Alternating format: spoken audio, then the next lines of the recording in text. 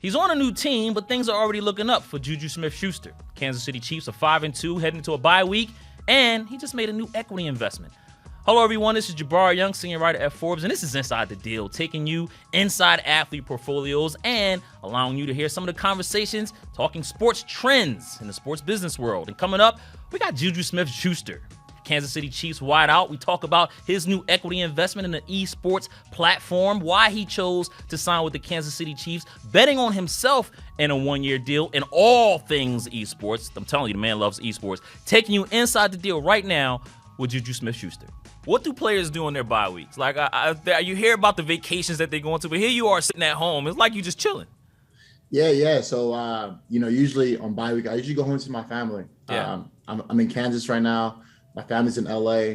They're about like 3 hours away. So I'll be going home tomorrow, see my family, visit them, hang out. And it's nice too, because it's also Halloween weekend. So it's been a while since I had a holiday like this with my family. What are you going to be for Halloween?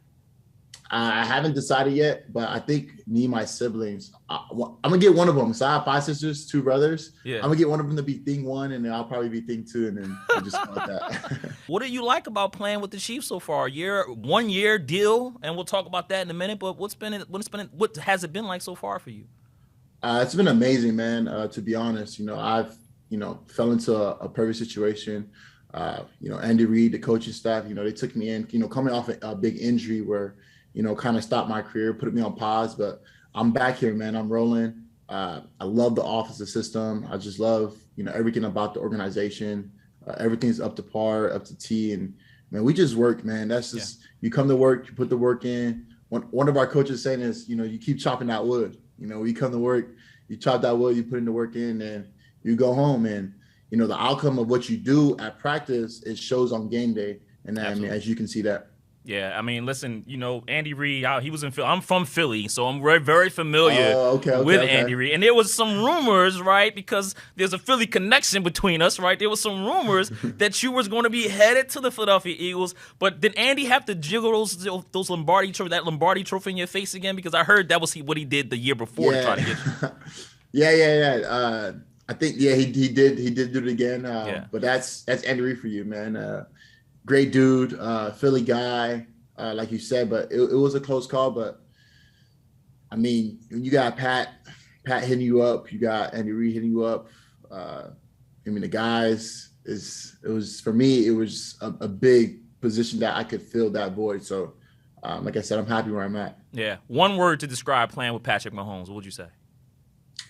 One word. Dang, that's actually a good one. I haven't had that question. One word. It would have to be spontaneous. You just never know what we're gonna get from him. Yeah. I mean, he looks spontaneous, man. I watched the game a few weeks ago when he did that flip, and it was like he was laughing the whole way. Dude, from us, from our point of view, our sideline, and what I'm noticing now is that playing with him is that you can never give up on a play, because he's gonna find a way to get that ball to you, whether it's down the field, whether it's 2 yards, 3 yards. And no matter how his body ends up, that ball is coming out of his hand. Yeah. And he's putting it on the money. So well, he has a tie-in to private jets, so you should ask him if you could use one, because so you can go home to LA, man. Listen, what's the use of having a nice receiver there? You gotta let him use the perks, right? I need to, right? I need to. I hit him about it. Absolutely. That was part of his business, but listen, you got some business yourself. Tell me about World Champion Fantasy. It's an esports in the esports sector. You're very highly into that. I want to get your take on why you're so invested in that. But World Champion Fantasy, man, tell me about this company. Yeah, man. So it's Player X. World Champion Fantasy is basically a platform combining the elements of traditional fantasy and esports with esports. Enabling users to assemble dreams of their own team. You have your athletes. You have they're streaming. Your esports athletes that are streaming, get to watch them live. But the best part about this is more personal, because there's data and stats involved in this esports world. And that's the big game changer right there. Yeah. Ranking, obviously, esports teams and members. And you feel like there's a business there with the subscriptions and the ads. You see a business around that? Oh, 100%, 100%. I mean, you get to subscribe to, your favorite athlete, favorite streamer. Honestly, this is how I tell people. I tell people that, if you pay to watch Floyd Mayweather, Serena Williams, LeBron James to perform at their best because they're the best at what they do, professional gamers are the same way. even myself, like we'll go on there, I'll sub to someone because they're the best at what they do. At the time when Booga, a kid who won $3 million off a video game, the world went nuts. Yeah. And ninjas and, people are making, lively income on this daily. So the esports world is changing. And I think, for myself, like it's going to be unbelievable. And this is why, instead of being a part of a company, I want to be an investor and a spokesperson for it, just because I'm in that world and that's what I love to do. That's my passion.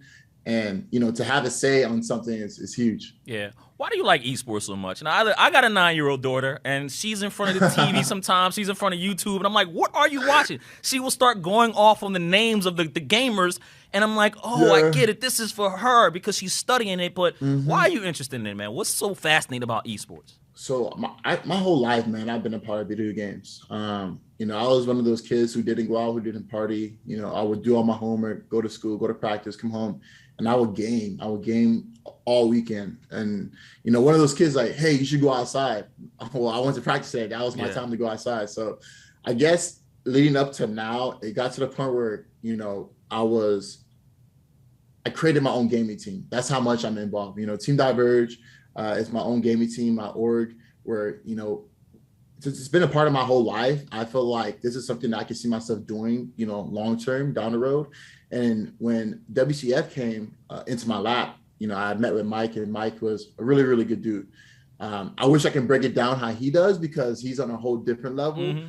But for myself, looking from the outside in and being an esports guy in that realm, I saw opportunity where this can help out, athletes in so many different ways. To be able to customize your own avatar, your own theme music, the expansion of chat capability, and even more closer to the esports athlete itself and users. I mean, listen, it's a $2 billion, was valued at $2 billion around 2021, that market, and expected to grow about 20% by 2030. You said yourself you're a gamer, and listen, Call of Duty is probably trending now because of something you said the other day. But, and listen, that might be a check for you, right? Call of Duty, that might be an alignment. Do you have an agreement with Call of Duty at all, with Activision? That could be something. Yeah, so I've actually done some stuff with Activision and Call of Duty itself. Nice. But I would say this, that my last interview, my last conference I had at the podium, it sparked a lot of heads. So yeah, I'm excited moving that way. But like I said, man, it's just, like I said, gaming's been a part of my whole life where, it's goes off the football field where it kind of helps on the football field where you build that chemistry between your teammates. Yeah, absolutely. Listen, you were talking about Call of Duty, but I wanted to get your take on Madden because the new Madden is out. I'm a Madden person myself. I'm on the Xbox all the time, and I love playing it. And this year, it's like they made the zones better and the defensive lineman. You can't drop out of the pocket. I used to have a post-shot play that I was good at, and now when I try to do it, it's like everybody's getting me. What do you think of the new Madden? Oh, man, I love the new Madden, man. The next gen, everything about it. Even the new throwing system, too. Like, it kind of teaches you a way to, like, actually, like, be a quarterback and actually make, precise throws. And I would say this, though. I was the same way. Yeah. I had a play that worked every single time against every coverage. Now, it's like, it's not the same. It's not the same. So it does make you work harder, though. And that's where it kind of all starts from. You go back into, a lot of us, we watch what other people do to get better at it. Yes. One of the things I picked up last year that I'm very, very heavy into is FIFA, like soccer. Yeah. And the details of what it takes to get there. And but yeah, man, like video games, man, it's crazy. But we got to run some Madden though someday. Absolutely, man. You got an Xbox, right? I can get one. There you go. You got to have an Xbox, man, because, I'm not a PlayStation dude. But, keeping it on business, man, when you go back and you look on the football field, you did 2 one-year deals, right? And you were betting on yourself, investing in yourself in a way. And I know you said injuries kind of helped, that kind of delayed some stuff. But what was the sense behind that? Why do the one-year deals? Because you probably could have went out and got maybe a 2 or 3 multi-year deal. But here you are doing these one-year deals. Yeah, so I had a multi-deal for multiple teams, on the table. I think as far as for myself, I think coming into like after year 4, it kind of was like that COVID year where like not everybody was getting like the deals that they wanted and kind of ended up in a certain position. And then when Ben came back, I was like, okay, I'm gonna stay with Ben, play with him for 1 more year. not go anywhere, like have a good season. Obviously, unfortunately, playing in this sport, things happen. Got hurt. Then I came back and I hit the market again. At that point, I was a free agent. Didn't know where to go. Pittsburgh had offer, Baltimore had offer, Green Bay had offer, and then KC had offered too. And this is before Tyreek had signed anywhere. And I think for myself, it was just like, if I had to play a one-year deal to prove that, I let people know that I still can play this game and I still got it, I'm going to take a one-year deal. Yeah. I think a lot of it had to come down to, what system I was in, what office I'm a part of, who the quarterback is, all that other stuff, right? So long story short, it kind of just went forward. And I was like, I think, playing for the Chiefs is where it's at. Yeah. And this is actually before Tyreek had signed anywhere. And I was just like, man, I'm going to here, play with Tyreek, play with Trav. Like, it's a solid team. I may not get the looks that I was going to get, but, things happen. And unfortunately, I ended up in a situation where, I'm playing with NDS, I'm playing with Cole. We're all kind of like doing our thing right now. And it's a blessing, man. And I'm happy to take a one-year deal because next year, I want to be able to sign a multi-million deal and play somewhere for a long time. Yeah. Well, speaking of that, man, there's a lot of talk, a lot of narrative around the guaranteed contracts, right? What do players say when it comes at it? Because after what Deshaun Watson got, I'm sure from a player's perspective, you're looking at that. A whole bunch of people are. They want to see what the trend is going to be. From a receiver's point of view, what's the trend? What's the talk about guaranteed deals amongst players? I think, honestly, man, it's just, the market just keeps going up. Like these guys are getting, 16, 17, 18 mil deals. Where about 5 years ago, that was like the big deal. Now you're looking at deals where it's like 29, 30 mil in that range, where you're kind of looking at like QB money. And, those guys are doing it, man. Like guys like Stephon Diggs, guys like Devontae Adams, Tyreek Hill, like those guys are, the top of the dogs. But I think for myself, it's just more so, how I look at that, just pay me for what I'm worth. And I just come to work, man. I just work. That's all I ever just showcase, and that's what we're here to do. JuJu Smith, the businessman, right? Like, how does that fiery attitude carry over to you as a CEO? Because you said you own your own company. You're now an equity holder and world champion fantasy. Like, does that fiery attitude extend to the business side, or do you cool it down a little bit? No. It extends to the business side. Wow. You got to keep it on both sides. Wow. I've learned a lot in this business. Is that because of who I am, a lot of people want to be associated with me. A lot of people want to be friends. But at the same time, there is a fine line between, business and friendship. Yeah. And I think that, I've learned that, in the past of, past business deals where, you would think that, man, this person's in it for the right reasons, and it doesn't turn out to be. And that happens. It happens. You live and learn through these lessons, and I've grown from that.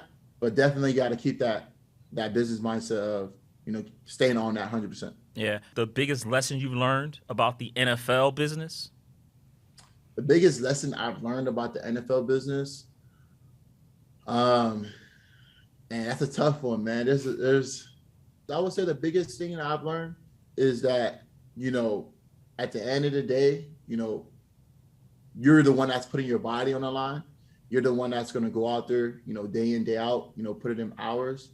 And I think the biggest is that always follow your heart. I think a lot of times people get distracted with, the whole business mindset of doing this, doing that. And I think a lot of times you forget that, you've been playing this game since you was a kid, and just to follow your heart in certain situations and not let other people persuade you. Yeah. Because you get a lot of people in your ear, man. And a lot of young kids, a lot of young guys, especially with these NIL deals and a lot of stuff that's going on leading up, you'll get a lot of people in your ear left and right. But if you just follow your heart, and I think you'd be fine. Yeah. Well, listen, you mentioned, man, NIL. I'll get you out of here in a minute. What do you think about this? I'm still learning, and I'm still seeing the trends. Yeah, but think about if you were in college and you would have had this available to you. What do you think about the whole landscape? Come on, Jabbar. Don't even start, man. At USC, LA. My take on NIL is I think it teaches these young, these young entrepreneurs, like, that business mindset of, you're in college now, learn how to manage money, you're getting this, you're getting that. At the same time, I would say it could hurt, or it could not hurt on your decision on where you go, as far as like going to a top tier college or going to, another college, just because based on, the environment. I would say the marketing aspect of, going to LA versus going to a school in Montana, like there's two different sides of that. I just hope that, the kids, and I'm speaking to all the kids out there who are getting these deals, that don't lose that fire and don't lose that heart, that passion that you guys have for this game since you were kids, because, the deals are coming in and you see things differently. And I feel like a lot of us in our generation coming up, we didn't have that. So we were all just grinding on focusing, getting to the NFL, versus now, college students or college players are getting the bag thrown to them early. And so I'm actually curious to see how this all ends up. But, for those people out there, man, just stay strong, man. Yeah, what you just talked about was the human element of things, right? The money coming in and you lose your passion and drive, very important key. Speaking of the business and the investment, what's the best investment that you've made, man? I've seen a few. Looking at your portfolio, you had the Art of Sport, right? That was a company that Kobe Bryant was affiliated with. I don't think you're a part of that anymore. But, your portfolio as a whole, what's the best investment that you've made thus far? To be honest, I would say that this WCF. Wow. To get value that early, I hopped on board, I'll probably say a couple months ago, and it's been huge because we've been skyrocketing and just moving forward. And like I said, it's more I'm more hands-on and being an investor too, and an advisor and a spokesperson, because how much passion I just have for, something that I'm very interested in. Yeah. It's the video games. It's Madden for you. It's, the Call of Duty for me. It's just that fire of you. So, you'll see this, man. Hopefully we get to talk again soon. Well, you have a $10 million investment that you're looking to kind of $10 million fund round, I should say, that you're looking to raise. So there could be more investors coming in. If you were in front of a player, former player, or a current one, and they're saying, "Yo, why should I get invested in this company?" Talk to me. What's the one line that you tell them about why they should get in? It just kind of just goes. The name is for itself. World Fantasy, it's World Champion Fantasy. I think for myself, it's the fantasy world with the esports world and just coming together. Yeah. And if you know how big the two are, trust me, I know the fantasy side. People text me all the time, man, I need you this week. It's like, I don't have no breaks. Yeah. So I know the fantasy side of it. And then I also know the esports side of it. So you mesh the two together. It's just a game changer. And like I said, this is something that's going to be, unique for subscribers and engagers to be closer to their athletes. I'm going to just say this to you. It's like for the esports world, it's like ESPN for esports, where you can go and look at, all the top highlight clips, the top 10, your favorite, user, whatever that may be. And that's something we don't have right now. A lot of times the kids, they have to go find the vlog on Twitch. They have to do this. This app, what we're doing right here is going to change all that, especially when data is involved. Absolutely.